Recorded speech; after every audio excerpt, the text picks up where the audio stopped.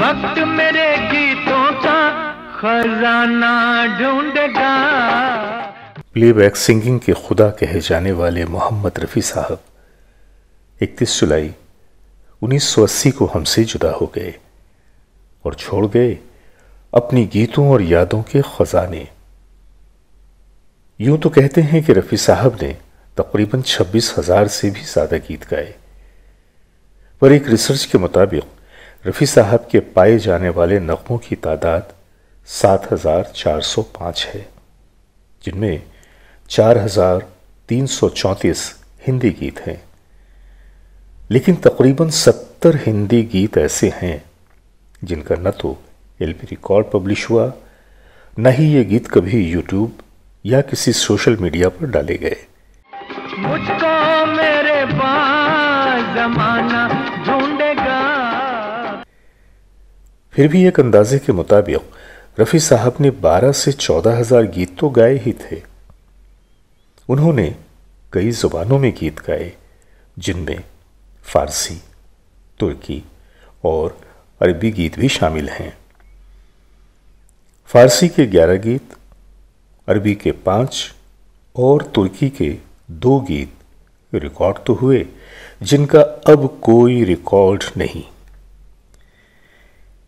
HMV، EMI اور پالیڈور جیسے record کمپنیوں نے بھی رفیع صاحب کے نغموں کا آفیشیل ریکارڈ رکھنے کی ضرورت محسوس نہیں کی۔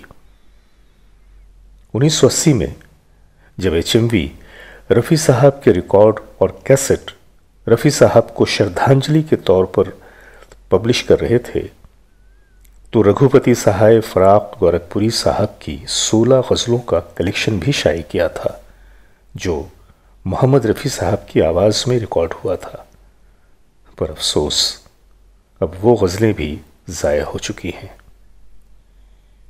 ڈاکٹر محمد نواز صاحب، جو کہ الہ آباد یونیورسٹی سے تعلق رکھتے ہیں اور فراق صاحب پہ اتھارٹی تصور کیے جاتے ہیں، انہوں نے بتایا کہ فراق صاحب نے 1968 میں اپنی وصیت میں اس بات کی ہدایت کی تھی کہ ان کی غزلوں کو صرف اور صرف محمد رفیع صاحب ہی اپنی آواز بخشیں گے۔ 16 غزلیں ریکارڈ بھی ہوئیں، پر وقت کی ستم ظریفی کہ آج وہ غزلیں کہیں بھی موجود نہیں۔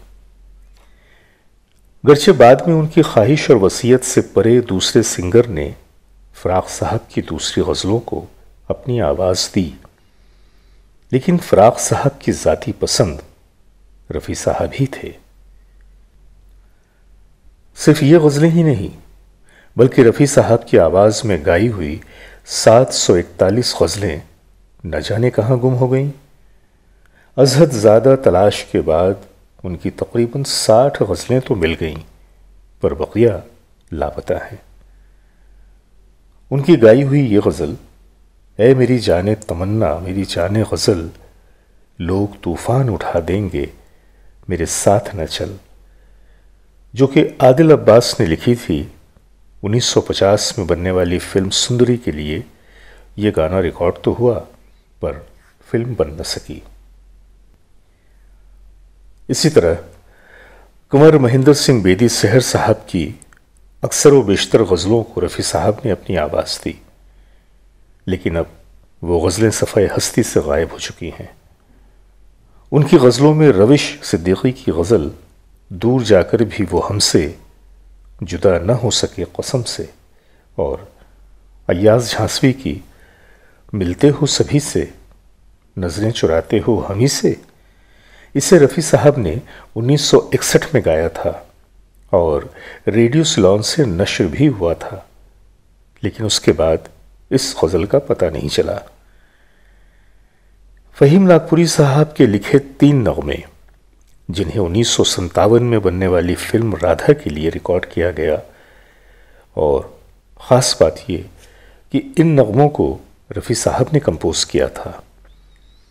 ایسی بہت ساری مثالیں ہیں، بہت سارے نغمے ہیں جن کا اب کوئی وجود نہیں، نہ تو ریکارڈ کمپنی والے اور نہ ہی رفیع صاحب کے شیدائی اس بات کی ضرورت محسوس کرتے ہیں کہ ان کھوئے ہوئے نغموں کا سراغ لگائیں اور انہیں دوبارہ دنیا کے سامنے لائیں۔ بڑے افسوس کے ساتھ کہنا پڑتا ہے کہ اس عظیم فنکار کے ساتھ وقت نے وفا نہیں کیا، اور نہ ہی ایوان حکومت کے سربراہوں نے، وگرنہ کیا وہ صرف پدم شری تک ہی محدود کر دیے جاتے؟ جو شخص شرافت اور انسانیت کی منہ بولتی تصویر تھا، جس نے پوری دنیا میں اپنے ملک کا نام روشن کیا، جس کی آواز کی نقالی کر کے لاکھوں لوگ اپنی روزی حاصل کرتے ہیں، ایسے فنکار کو بھی نہ تو ان کی زندگی میں اور نہ ہی ان کی وفات کے 40 سالوں بعد بھی ان کے حق کی ادائیگی کی گئی۔